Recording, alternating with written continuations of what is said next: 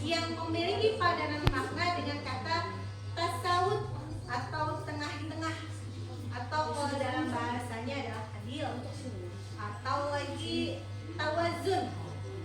Tawazun itu berimbang.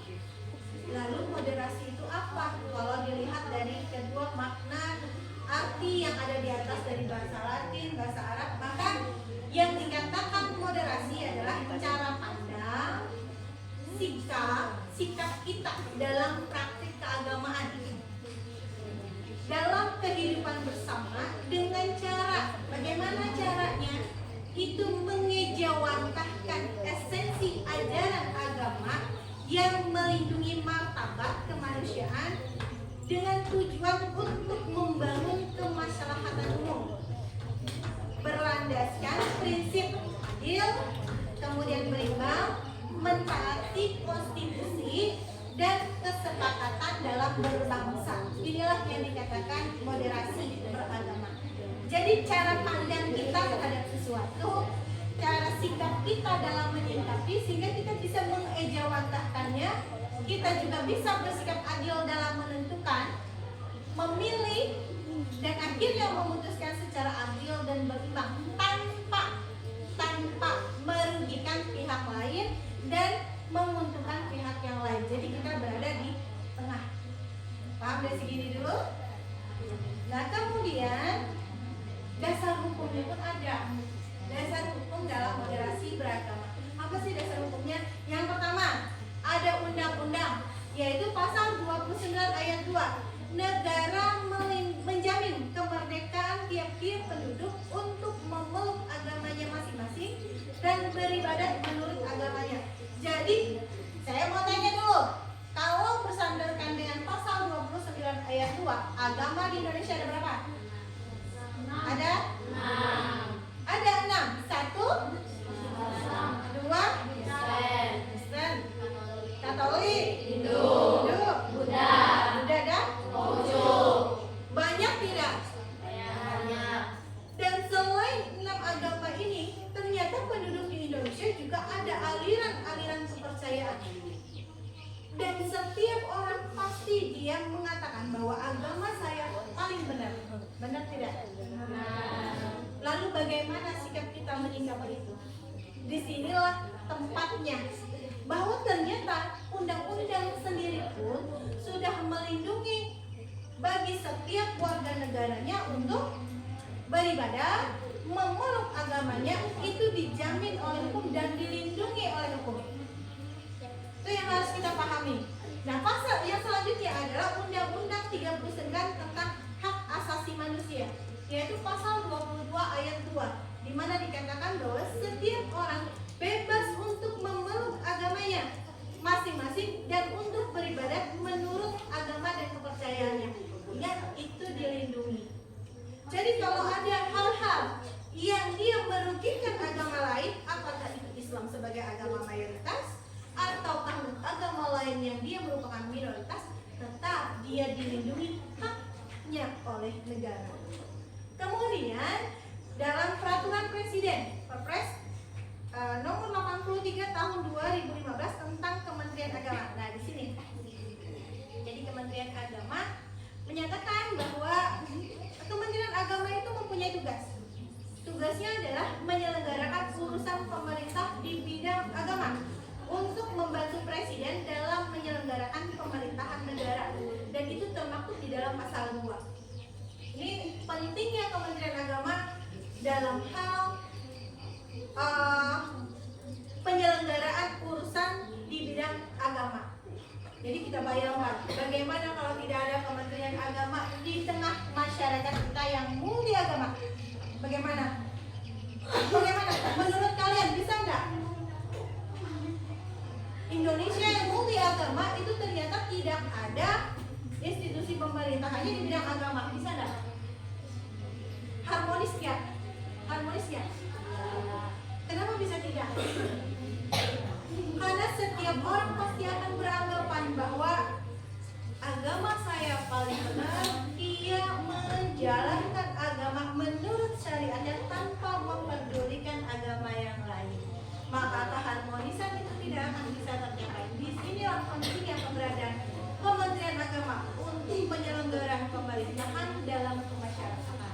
misal pengaturan. Pengaturan apa? Hal yang paling nyata kalau tidak diurusin, yaitu tentang puasa. Apalagi? Ada itu? Hari raya. Hari raya ada nggak? Gimana kalau ada diatur? Bisa nggak? Cambuk ada? Makanya ketika diatur, bagaimana masyarakatnya? Tidak ada pertentangan. Bahkan Kementerian Agama juga mengatur tentang pendidikan, mengatur tentang hal yang lain-lain supaya apa? Supaya masyarakat kita teratur, tidak ada yang merasa paling benar dan tidak ada yang disalahkan terhadap sesuatu. Kemudian ada Perpres nomor 18 tahun 2020 tentang RPJMN tahun 2020 dan sampai 2024 tentang program prioritas memperkuat moderasi beragama yang bertujuan untuk pengukuhan toleransi, kerukunan, harmoni sosial dan menjadi tanggung jawab Kementerian Agama. Jadi sebenarnya moderasi beragama itu sudah dicanangkan, diceritakan, kemudian diusung itu dari awal tahun 2020 dan program sampai 2024 dan mudah-mudahan ini terus berlanjut ya. Dan PMA 18 tahun 2020 tentang Restra Kementerian Agama tahun 2020 sampai 2024 bahwa Kementerian Agama yang profesional dan andal dalam membangun masyarakat yang soleh, moderat, cerdas, unggul sehingga mewujudkan masyarakat Indonesia yang maju, berdaulat, mandiri dan berkepribadian. Berkepribadian seperti apa? Yang mempunyai sifat bergotong royong dan berkarakter. Itu yang diharapkan. Lalu kalau kita melihat dari rumus dan lain-lainnya, apa sih indikatornya? Nah, indikator dalam moderasi beragama hanya ada 4. 1. Komitmen. 2. Toleransi. 3. Anti kekerasan. 4. Menghormati atau menghargai tradisi. Itu indikatornya. Jadi apa indikator yang pertama? Komitmen. Komitmen seperti apa sih? Nah, di sini komitmen adalah penerimaan kita nih, masyarakat atau kita sebagai individu terhadap prinsip. Prinsip seperti apa? Prinsip dalam berbangsa. Berbangsa yang tertuang dalam konstitusi kita. Apa konstitusi kita? Ada yang tahu konstitusi kita apa? Yaitu Undang-Undang Dasar 1945 dan regulasi yang berada di bawahnya. Itu komitmen. Dan ini prinsip awal. Jadi indikator moderasi beragama adalah komitmen kebangsaan. Yang kedua adalah toleransi. Toleransi. Apa itu toleransi? Iya, benar. Menghargai. Artinya apa di sini? Menghormati segala perbedaan yang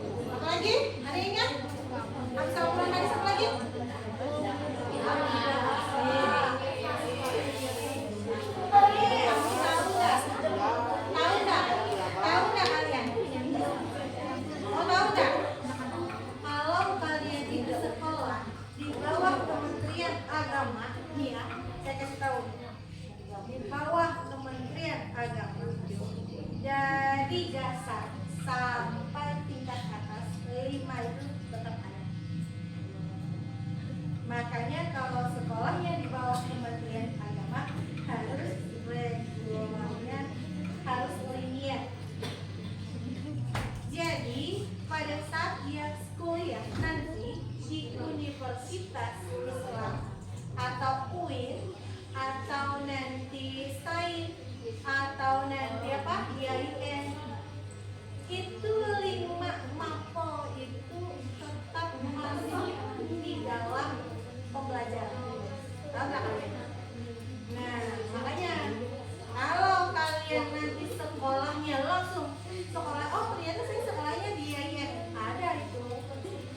Makanya ketika orang sekolahnya umum, dia, saya kasih bocoran ya, ketika dia sekolahnya umum, ternyata dia kuliahnya di UIN, dia terlambat. Kenapa? Bahasa Arab dia nggak bisa. Sedangkan di bawah Kementerian Agama bahasa Arab jadi makanan sehari-hari. Makanya orang yang sekolahnya di MIN ketemu nggak bahasa Arab? Yang di sekolah dasar ketemu nggak bahasa Arab? Ya. Ketika masuk di kelas 7 nggak ya? Tapi kalau sudah dari MIN, oh ini wa, ini ma, ini kalau digabung jadi man, ini min, ini ada artinya, benar nggak? Nah, ini makanya nanti pada saat dia nyusun TA tugas akhir itu dimasukkan lagi. Nah ini untungnya kita berada di bawah Kementerian Agama. Tetapi Kementerian Agama tidak menjadikan setiap siswa dan mahasiswanya kiri ke kirian, kanan ke kananan. Paham ya? Jadi berada di tengah. Makanya diperlukan moderasi beragama supaya yang Islam tidak menjadi radikal, tetapi yang Islam juga tidak melupakan syariatnya. Nah, yang pertama tadi adalah komitmen, yang kedua adalah toleransi. Nah, kemudian ini apalagi yang sekarang nih? Kalau di sini mah enak, takjil, ada bagi takjilnya ada rebutan. Kamu kalau mau kotor takjilnya rebutan, sama notis ya rebutannya, non Islam. Tetapi itulah perbedaan. Apakah itu menjadi pertengkaran? Tidak, ya kan? Itu kalau kita ya bulan puasa jam 2 jam 3 tubuh kita tuh ada penyawa kita di mana? Di atas tilam. Benar nggak? Itu antara hidup dan mati sudah. Kenapa? Karena rasanya penyawaan itu udah diubun-ubun itu kalau sudah jam 1, jam 2, jam 3. Tapi di jam itu mereka berburu takjil. Itu kalau di luar ya. Oh di luar begitu. Dan saya ketawa. Saya bilang gini, Bu Hanjen heboh gitu kan. Saya kan kebanyakan buatnya heboh. Kalau jam sekarang sudah heboh masakan makanan ini. Tahu enggak? Kenapa Bu? Di tempat kami di Pegatan. Kalau di Banjar itu jam 4 baru buka ya. Tapi kalau di Palangkaraya itu jam 3 jam 2 buka ya. Jadi yang berburu itu bukan yang Islam lagi, tapi nonis sudah ya. Jadi kalau di Bali tambah lagi itu turis juga tambahannya. Mereka juga berburu karena jarang-jarang makanan yang enak-enak itu muncul gitu kan. Itu kan adanya cuma di bulan Ramadan ya. Jadi pada saat mereka datang itu apa yang terjadi? Mereka makan, belinya banyak. Belinya kalau kita kan sesuai kebutuhan. Karena dibelinya banyak, artinya kan perutnya juga kenyang dan akhirnya nanti daripada terbuang kita belinya seperlunya. Ada mereka karena mereka belinya rame-rame, beli ini 10, itu habis sudah. Jadi kalau di Banjar masih jam 4 itu sudah jam 4 itu udah ini udah buka. Tapi kalau di sini saya ketawa. Ketawanya begini. Ketawanya itu adalah bukan dia heboh, bukannya jam sekian. Mau tahu enggak? Di Pegatan tempat kami itu bukannya dari jam 7. Hah ya. Jam 7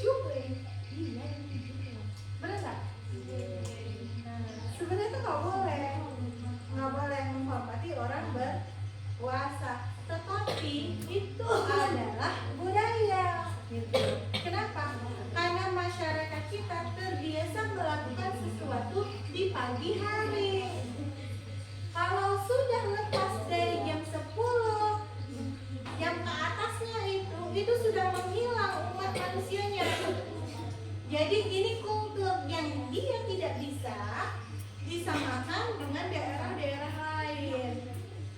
Walaupun ujar rebuhan ini tidak bisa, tetapi karena kultur menjadi bisa.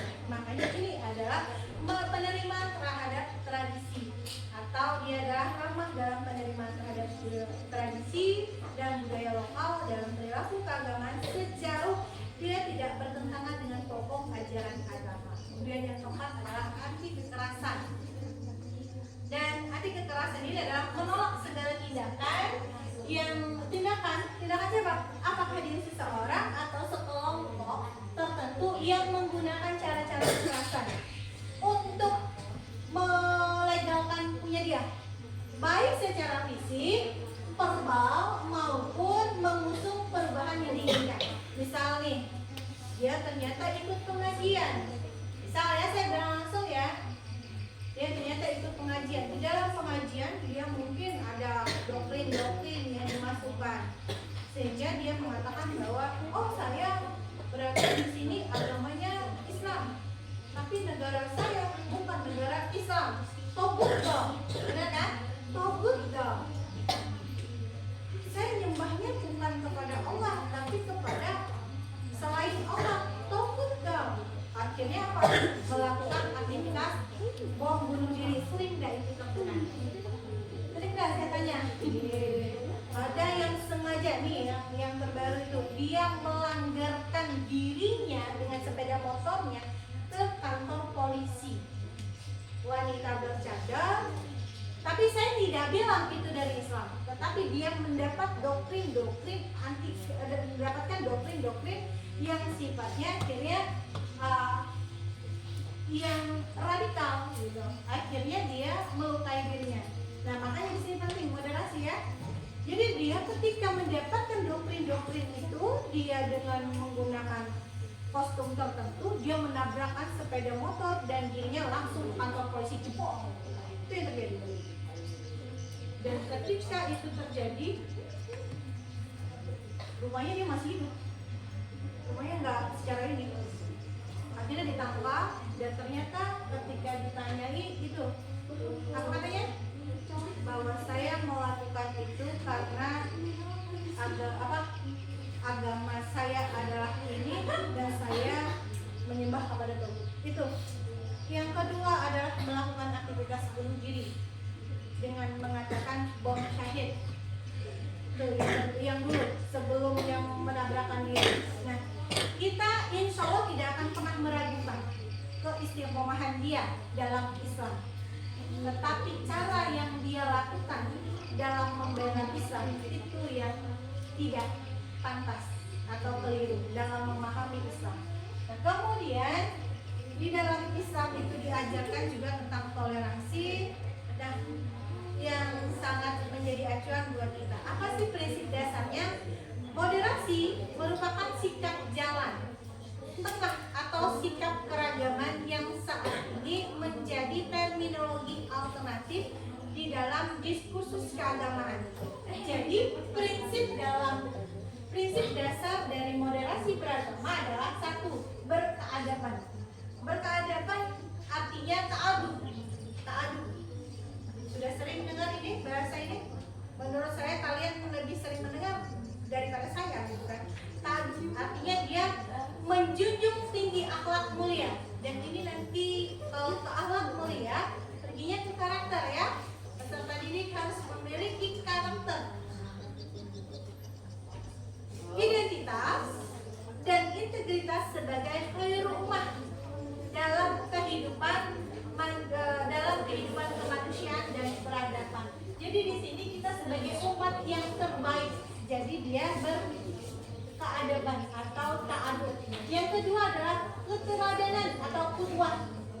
Qudwah ini bisa dikatakan sebagai pelopor, panutan, kemudian inspirator, tuntutan, sehingga nantinya dia akan menjadi barometer untuk kebaikan bersama. Yang ketiga adalah kewarganegaraan dan kebangsaan. Muwatanah. Jadi di sini adalah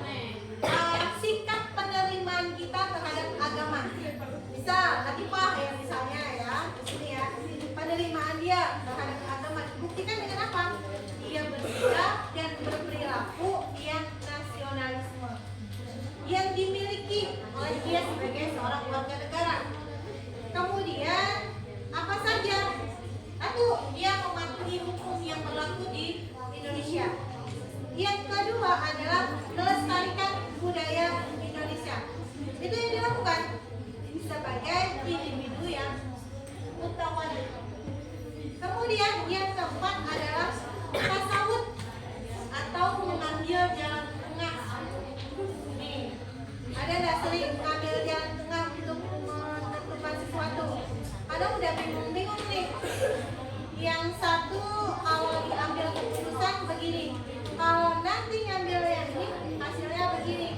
Nah, maka di sini diperlukan adanya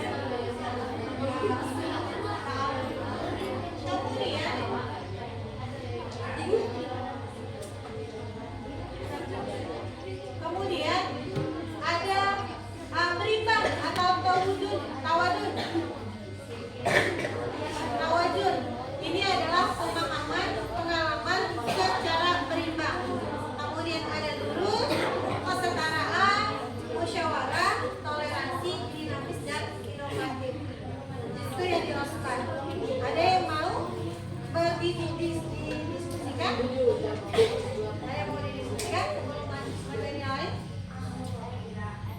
Nah, itu tadi adalah bagian dari prinsip dasar moderasi beragama.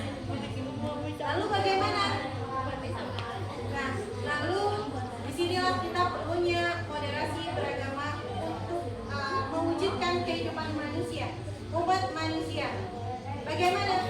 Yaitu dengan bersikap amanah, kemudian adil, menebarkan kebajikan, kemudian saling berkasih sayang sesama manusia. Itu ya. Kemudian yang kedua adalah beradab mulia.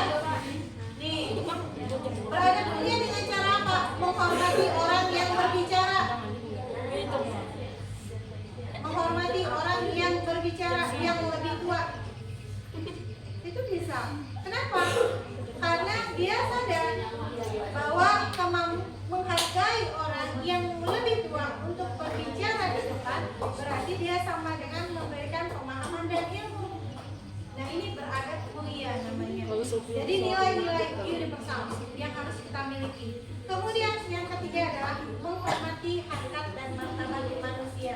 Bahwa setiap manusia itu adalah memiliki harkat dan martabat yang sama. Artinya memanusiakan manusia. Kemudian yang keempat adalah memperkuat nilai moderat, mempromosikan dan mengejawantakan pengamalan cara, sikap dan praktik keagamaan dengan cara.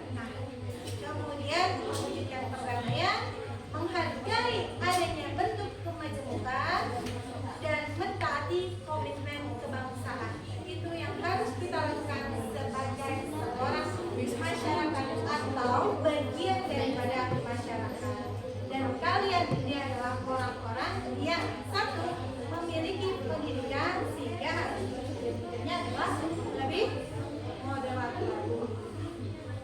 Nah, gitu. Itu saja yang ingin saya sampaikan. Terima kasih. Terima kasih atas waktu dan kesempatannya sehingga bisa berkumpul di tempat ini. Sebenarnya saya ada satu permainan. Apakah kalian mau bermain?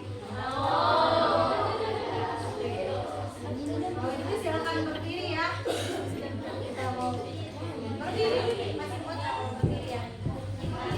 Kita ice breaking dulu ya.